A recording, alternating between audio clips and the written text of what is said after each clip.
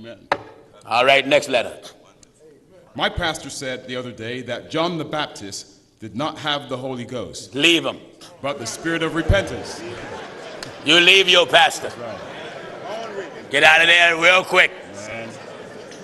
Wonderful, sir. Get away. This is the type of men that people are following. That's it. It's a sad thing, isn't it? Amen. Listen at this.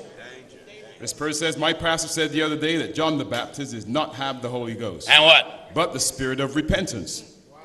Luke 1:15 says he was filled with the Spirit from the womb. How do I approach my pastor on the matter?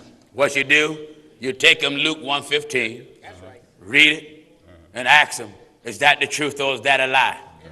And if he don't accept it, walk out. That's right. That's all. That's it. That's right. Walk out and leave him. Walk out and leave him. Because if you don't believe what the word of God say, you don't need to stay there. No. He shall be great. Did you hear what's written? In Luke chapter 1 and verse 15, for he shall be great. Just ask him, was John great like the Bible said? Amen.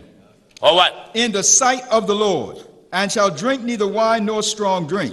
And he shall be filled with the Holy Ghost, Where? even from his mother's womb. Your pastor is a liar. Right. That's one of them blatant lies. Oh, yeah. And this is how bold the devil have made his preachers. They will lie boldly on the Bible and then go off into some tongue and start shaking. And then the people be sitting out there and a bunch of lies. Bunch of lies. That's it, sir. That's it. Amen. Glory to God.